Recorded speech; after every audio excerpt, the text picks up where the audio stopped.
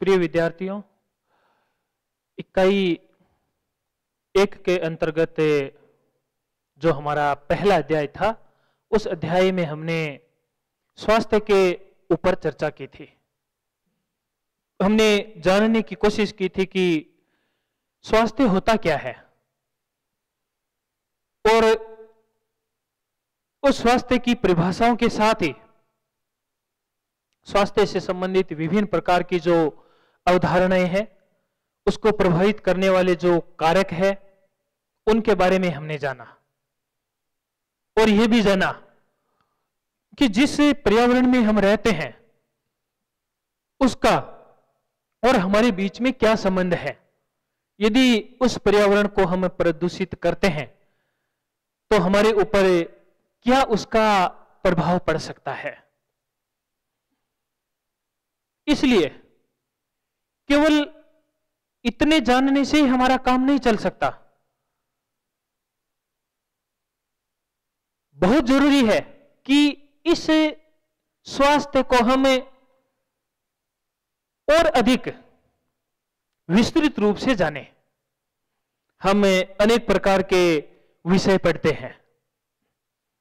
हमने 10th भी पास किया, 12th भी पास किया, ग्रेजुएशन भी करते हैं। ग्रेजुएशन लेवल तक आते आते हम विभिन्न प्रकार के विषयों को चूज करके पढ़ते हैं, अपनी पसंद के अनुसार हम पढ़ते हैं। कोई पॉलिटिकल साइंस पढ़ता है, कोई हिस्ट्री पढ़ता है, कोई बायोलॉजी पढ़ता है, कोई केमिस्ट्री, फिजिक्स या मैथ्स पढ़ता है। अनेक प्रकार के हम विषयों को पढ़ते हैं, लेकिन ये विषय हमें ये नहीं बता रहे हैं कि किस प्रकार से हम स्वयं और हमारे आसपास के लोगों को, एक समुदाय को, हमारे इस समाज या हमारे इस राष्ट्र को हमें स्वस्थ रख सके। क्योंकि यदि किसी भी राष्ट्र का व्यक्ति स्वस्थ नहीं है तो वह राष्ट्र कभी भी अपना विकास नहीं कर सकता। उस राष्ट्र के विकास के लिए बहुत जरूरी है कि सबसे पहले वहां का जो आम आदमी है वह स्वस्थ होना चाहिए। इसके लिए हम इतिहास को भी उठा करके देख सकते हैं और वर्तमान में भी देख सकते हैं। यदि हम कुछ अफ्रीकन ऐसे देशों की बात करें जहां पर बहुत ज्यादा गंदगी, अस्वस्थता, कुपोषण फैला हुआ है और उसके चलते आज भी वहां के जो लोग हैं वो एक बहुत ही बीमारी की स्थिति में, यह जिसको कहें एक बहुत ही निम्न कोटि के जीवन स्तर को वो जीने के लिए मजबूर है। यदि हम विकसित देशों की बात करें, जो देश बहुत आगे हैं, और यह माना जाता है कि उन लोगों का जो लाइफ स्टैंडर्ड है वो बहुत अच्छा है, और उसके पीछे कारण यही है, स्वास्थ्य के प्रति जागरूकता। हमारे देश में अभी भी इस चीज की कमी है, क्योंकि स्वास्थ्य शिक्षा के ऊपर कुछ भी जोर नहीं दिया जाता है। अपना कैरियर बनाने के लिए बहुत जोर दिया जाता है, दूसरे पक्षों के ऊपर भी जोर दिया जाता है, लेकिन स्वास्थ्य को गौण कर दिया जाता है। और जब जब स्वास्थ्य को गौण किया जाता है, इंसान को उसका परिणाम तो भुगतना ही पड़ता है। और ये चीज हम हमारे आसपास भी देखते हैं और हम स्वयं भी महसूस करते हैं कि व्यक्ति बहुत पढ़ा लिखा है, बहुत अच्छी नौकरी भी है, लेकिन खुद की तरफ, खुद के स्वास्थ्य की तरफ यदि वह ध्यान नहीं देता है तो धीरे धीरे अनेक प्रकार की बीमारियों से जकड़ जाता है। और फिर शुरू होता है एक ऐसा लंबा दौर डॉक्टर का कि आपको यह नहीं करना है, यह नहीं खाना है, ऐसे नहीं सोना है। अनेक प्रकार के हमारे ऊपर बैन लगा दिए जाते हैं। आप खुद सोच लीजिए उस स्थिति में हमारा जीवन क्या जीवन रह जाएगा। और बहुत सारे लोग ऐसे देखने को मिलते भी हैं जो अंत में जाकर के सिर्फ और सिर्फ वो दवाइयों के ऊपर चलने वाले हो जाते हैं। लेकिन यदि इसी स्वास्थ्य के प्रति हम जागरूक हैं, इसके प्रति हम शिक्षित हैं और इसकी शिक्षा को हम जन जन तक पहुंचा सकते हैं, तो निश्चित रूप से हम एक अच्छे स्वस्थ समाज और राष्ट्र की कल्पना कर सकते हैं। तो इस दूसरे अध्याय में हम इसी स्वास्थ्य शिक्षा को जानने का प्रयास करेंगे, जिसमें इसके क्या क्या सिद्धांत है, क्या इसकी प्रविधियां हैं, और साथ में ये जानेंगे कि किस प्रकार से जीवन विज्ञान द्वारा हम हमारे स्वास्थ्य का संवर्धन कर सकते हैं। हम अपने आप को जीवन विज्ञान के ऐसे कौन से प्रयोग है जिनको करके हम अपने आप को स्वस्थ रख सकते हैं। तो सर्वप्रथम हम बात करते हैं स्वास्थ्य शिक्षा के महत्व की। हम बात करते हैं कि स्वास्थ्य जो शिक्षा है उसका क्या महत्व है, और ये जो स्वास्थ्य शिक्षा है ये हमारे लिए क्यों जरूरी है। स्वास्थ्य शिक्षा हमारे लिए इसलिए भी जरूरी है क्योंकि अभी तक जो मैं बता रहा था कि यदि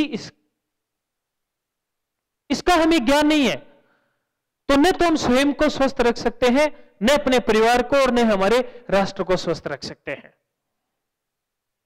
इसलिए यह शिक्षा जन जन तक पहुंचनी चाहिए, और इसके लिए विभिन्न प्रकार के एनजीओ, सरकार, चाहे सरकारी हो चाहे गैर सरकारी हो, अनेक प्रकार के संगठन, हम जो WHO की बात करते हैं, विश्व स्वास्थ्य संगठन, ये सारे इसके लिए प्रयास करते रहते हैं।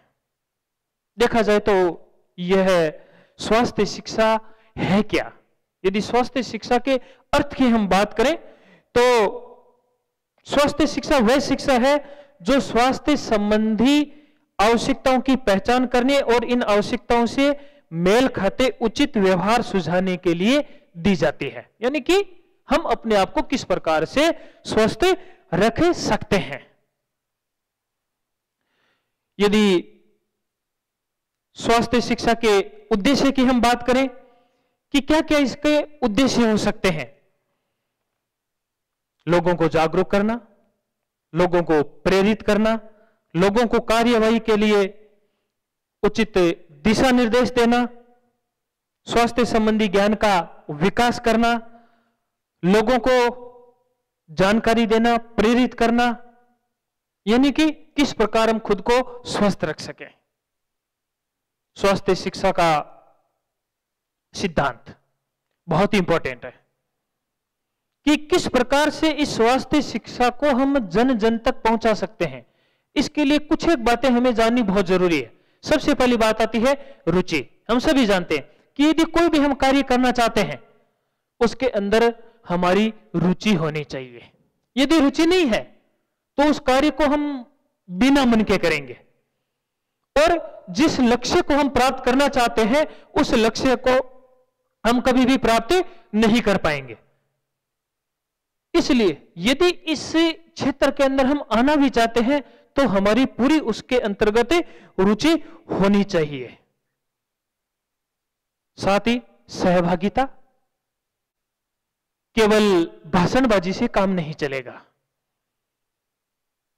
यदि हम किसी गांव में जाकर, किसी शहर में जाकर काम भी करना चाहते हैं तो केवल ये नहीं कि हमने कह दिया कि आप वहां जाकर के काम कीजिए, क्योंकि जब तक हमारी स्वयं की सहभागिता नहीं होगी, जब तक व्यक्ति स्वयं नहीं जुड़ता है या व्यक्ति स्वयं करके नहीं सीखता है, तब तक उस कार्य में हम कभी भी सफल नहीं हो सकते।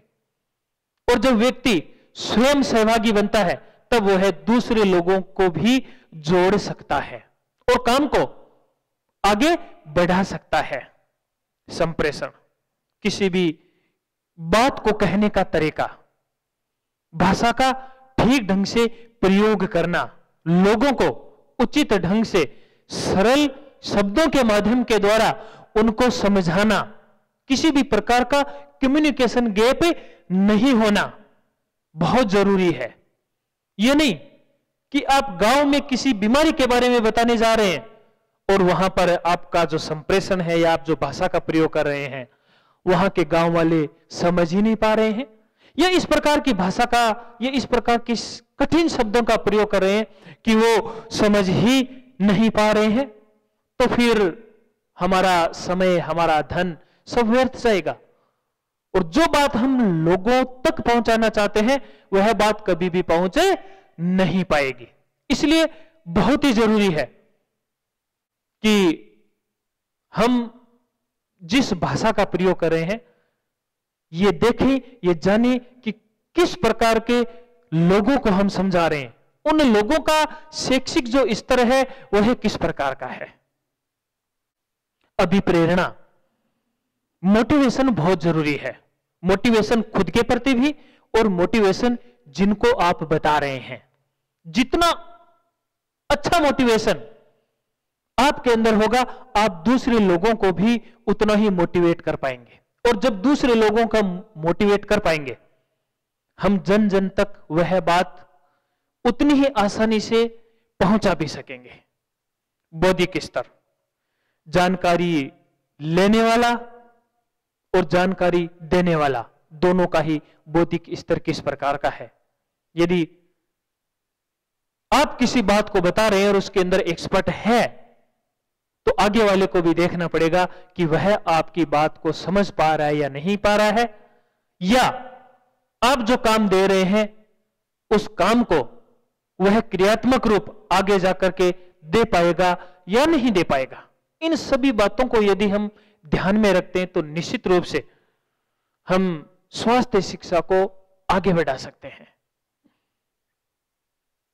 स्वास्थ्य शिक्षा की प्रविधि, ऐसे कौन कौन से माध्यम है जिनके द्वारा हम घर घर तक, जन जन तक स्वास्थ्य की बात को पहुंचा सके। तीन तरीके हमारे पास में, व्यक्तिगत स्तर पर, समूह स्तर पर और जनसाधारण स्तर पर।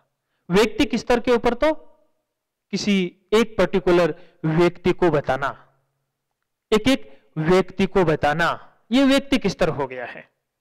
कई बार यह भी बहुत जरूरी होता है, और यही व्यक्तिगत जो स्तर होता है आगे जाकर के इसको समूह या जनसाधारण स्तर पर भी हम ला सकते हैं।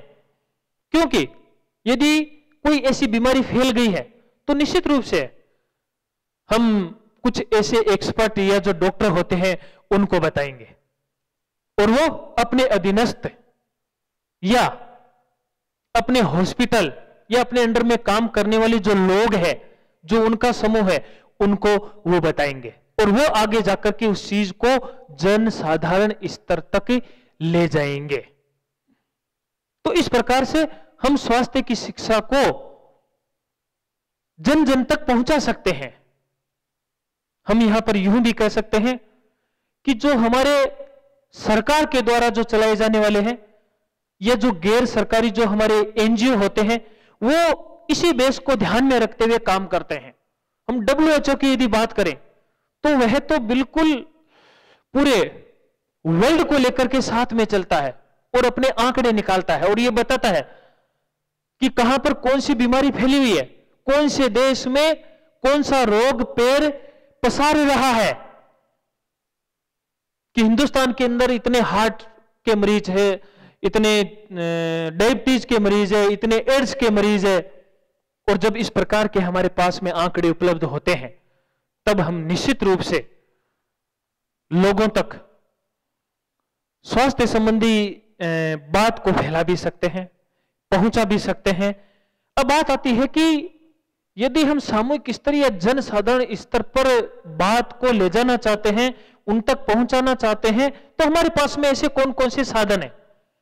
आज साधनों की भरमार है, बहुत सारे ऐसे साधन हैं, जैसे समाचार पत्र है, टीवी है, टीवी के अंदर हम देखते भी रहते हैं, सरकार के द्वारा भी आता रहता है कि हमें ये टीके लगवाने चाहिए, इस मौसम में इन बातों का हमें ध्यान रखना चाहिए।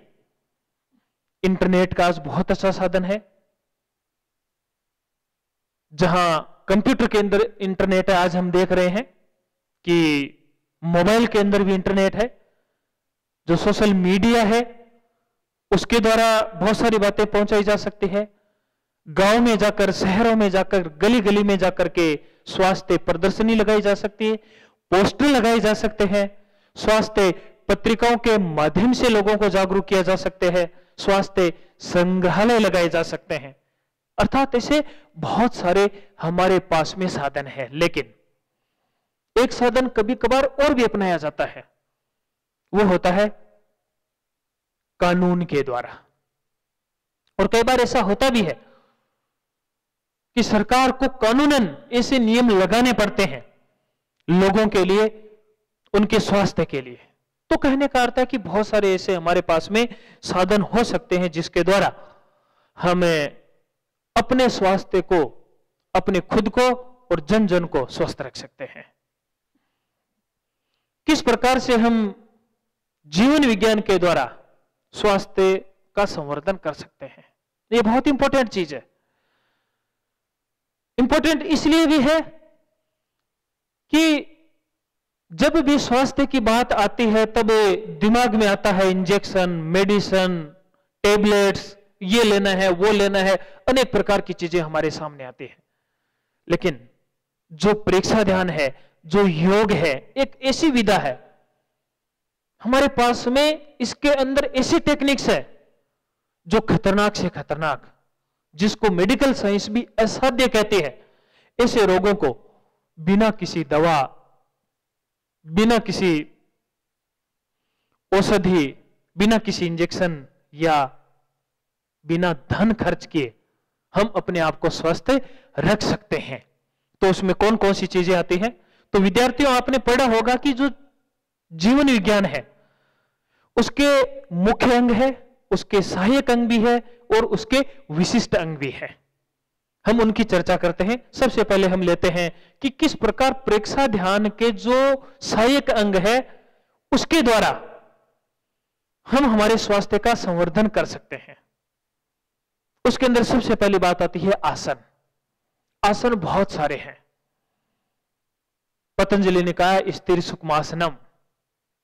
इन आसनों के माध्यम से हम शारीरिक रूप से, मानसिक रूप से, भावनात्मक रूप से अपने आप को स्वस्थ रख सकते हैं।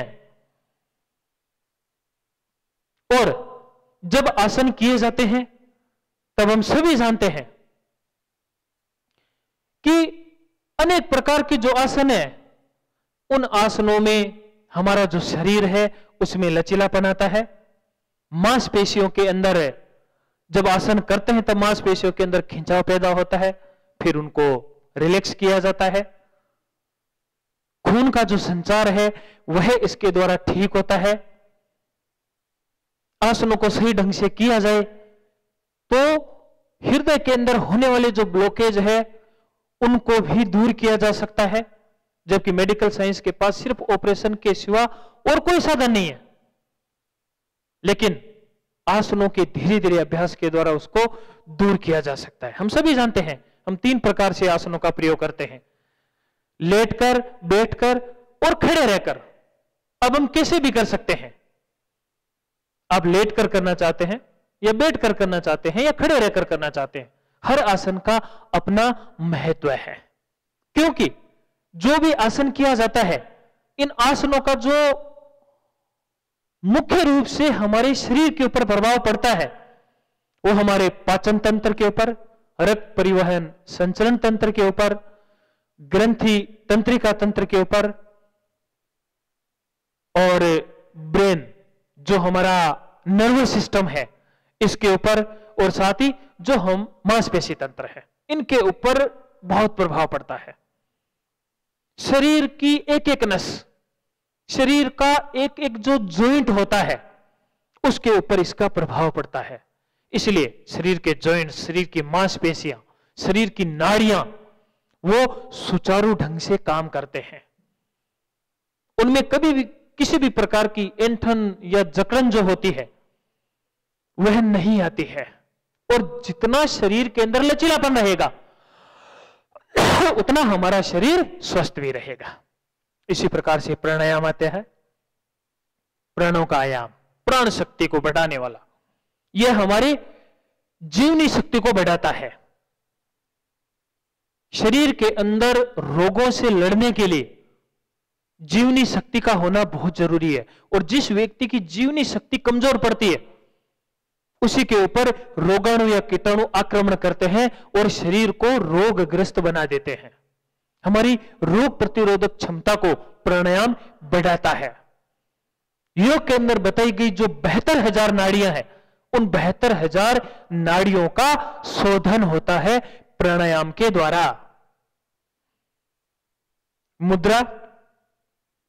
मुद्रा हमारे भावों के ऊपर प्रभाव डालती है, जैसा कि चित्र में भी बताया हुआ है, जिसमें ज्ञान मुद्रा लगाई गई है।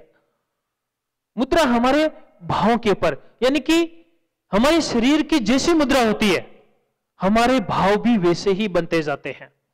इसलिए मुद्राओं का प्रयोग करके जहां हम अनेक प्रकार की बीमारियों को दूर कर सकते हैं, वहीं हम हमारे भावों के अंदर संतुलन पैदा कर सकते हैं। इसी प्रकार ध्वनि बहुत प्रभावित करती है। ध्वनि शरीर को भी प्रभावित करती है, ध्वनि मन को भी प्रभावित करती है। यदि किसी को कटु वचन बोला जाए तो कोई सहन नहीं करता है, व्यक्ति को क्रोध आ जाता है। अच्छे वचन बोले जाते हैं, सबको अच्छे लगते हैं, प्रिय लगते हैं, उस व्यक्ति के भी सभी प्रिय बन जाते हैं। इसलिए ध्वनि का भी हमें सोच समझ करके प्रयोग करना चाहिए। इतना ही नहीं, कहा गया है कि संगीत के माध्यम से अनेक प्रकार की बीमारियों को दूर किया जा सकता है। संगीत यानी ध्वनि के अंदर वो प्रकंपन, और उन प्रकंपनों में वो शक्ति होती है, वो ऊर्जा होती है, जिसके द्वारा बीमारियां दूर होती है। जैसे ओम की ध्वनि,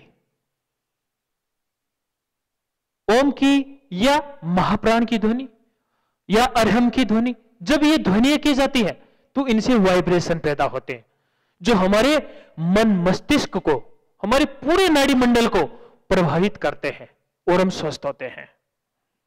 अब हम प्रेक्षा ध्यान के मुख्य अंगों की बात करते हैं। हम सभी जानते हैं इसके मुख्य अंग जो 8 है। कायोत्सर्ग पहला अंग है और बहुत महत्वपूर्ण है, क्योंकि आज की सबसे बड़ी समस्या तनाव है। कायोत्सर्ग के माध्यम से शारीरिक, मानसिक, भावनात्मक सभी प्रकार के तनाव को दूर कर सकते हैं। रोग प्रतिरोधक क्षमता को बढ़ाता है, ब्लड प्रेशर को नियमित करता है, हमारे अंदर जो अनुकंपी और परानुकंपी है उसको संतुलित करता है। इसलिए आज के जीवन में तो कायोत्सर्ग बहुत ही जरूरी है, क्योंकि आज शरीर से भी ज्यादा होने वाली जो बीमारियां हैं वो मानसिक है। तनाव है, ईर्ष्या है, घृणा है, चिंता है, क्रोध है। यदि इनके ऊपर काबू पाना चाहते हैं तो डेली हमें आधे घंटे से 45 मिनट तक कायोत्सर्ग का प्रयोग करना चाहिए। एक जो और बहुत बड़ी समस्या है, अनिद्रा, की नींद नहीं आती है। रात को सोने से पहले कायोत्सर्ग कीजिए। कायोत्सर्ग के द्वारा हम आराम से गहरी नींद में जा सकते हैं। इसी प्रकार से अंतर यात्रा, शक्ति केंद्र और ज्ञान केंद्र के बीच में जो अंतर यात्रा करते हैं, यह हमारे अनुकंपी और प्रानुकंपी को संतुलन पैदा होता है। इससे ईड़ा और पिंगला के अंदर संतुलन पैदा होता है, जिसे व्यक्ति का जो व्यक्तित्व होता है वो संतुलित बना रहता है। श्वास प्रेक्षा, जीवन के लिए श्वास सबसे ज्यादा जरूरी है, और यही श्वास हमारी प्राण शक्ति को बढ़ाता है, जीवनी शक्ति को बढ़ाता है। केवल लंबे और गहरे श्वास के द्वारा हम अनेक प्रकार की बीमारियों को ठीक कर सकते हैं। शरीर प्रेक्षा, शरीर प्रेक्षा अपने आप में शरीर की डायग्नोसिस है। शरीर के अंदर होने वाले जो रोग है, जहां शरीर प्रेक्षा उनका पता लगा सकता है, वहीं होने वाले उन रोगों को जड़ से दूर कर सकता है। क्योंकि शरीर प्रेक्षा में जहां कहीं पर भी दर्द होता है, जहां कहीं पर भी बीमारी का आभास होता है, चित्त को केंद्रित करना होता है, और धीरे धीरे उस रोग को हम दूर कर सकते हैं। हमारे शरीर के अंदर जीवनी शक्ति के, चेतना के केंद्र है, जिनको हम चैतन्य केंद्र कहते हैं, जिनकी कुल संख्या 13 बताई गई है। ये चैतन्य केंद्र ऊर्जा के सोर्स है, और इन चैतन्य केंद्रों से हमारी अंतःस्रावी ग्रंथियां भी जुड़ी हुई है।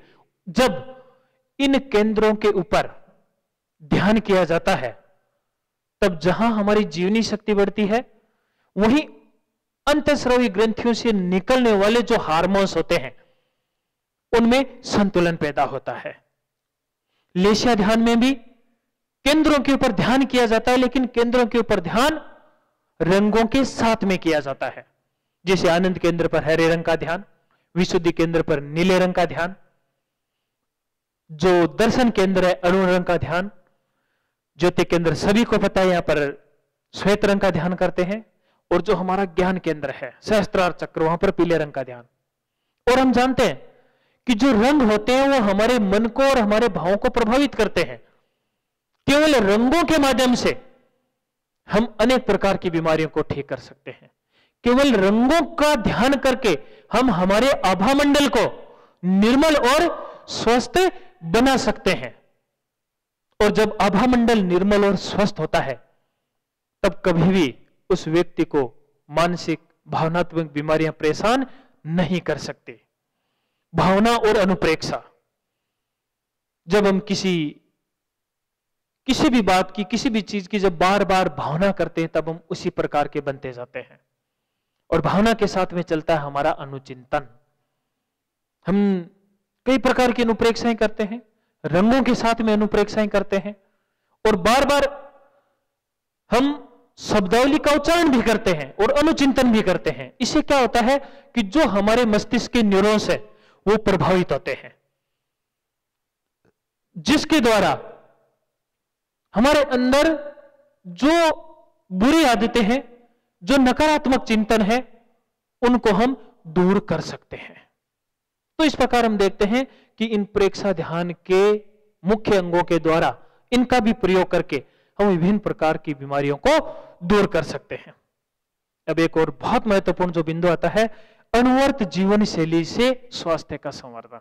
क्या है अणुवर्त? अणुवर्त जब जीवन विज्ञान के बारे में पढ़ा था, तब आपने जाना था कि अणुवर्त क्या है। आचार्य तुलसी ने अणुवर्त आंदोलन का सूत्रपात किया था। अणुवर्त यानी अणु प्लस वर्त, अणु यानी छोटा, वर्त यानी नियम, यानी कि छोटे छोटे नियमों को अपनाना। जब इन छोटे छोटे नियमों को अपनाते हैं, तब हमारी जीवन शैली में, हमारी नैतिकता में, हमारे संस्कारों में बहुत बड़ा परिवर्तन होता है।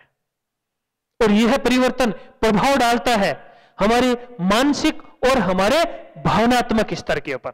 जैसा कि अणुवर्त का पहला नियम है कि मैं किसी भी निरपराध प्राणी की हत्या नहीं करूंगा। सीधी सी बात है, जब इस प्रकार का भाव मन में पैदा होता है, तब अपने आप अहिंसा का भाव पैदा होता है। और जब इस प्रकार का भाव पैदा होता है, तो मन के अंदर हमेशा हल्कापन रहता है कि सृष्टि के अंदर जो दूसरे जीव जंतु है वो भी तो मेरी तरह ही है। जियो और जीने दो की जो भावना होती है वह मन के अंदर प्रबल होती है।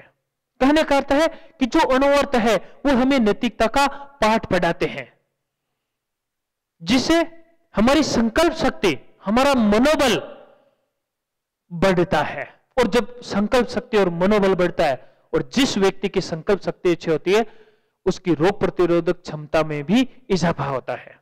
इसी प्रकार बहुत सारे जो अणुवर्त के छोटे छोटे जो नियम दे रखे हैं, उन नियमों की हमें पालना करनी है।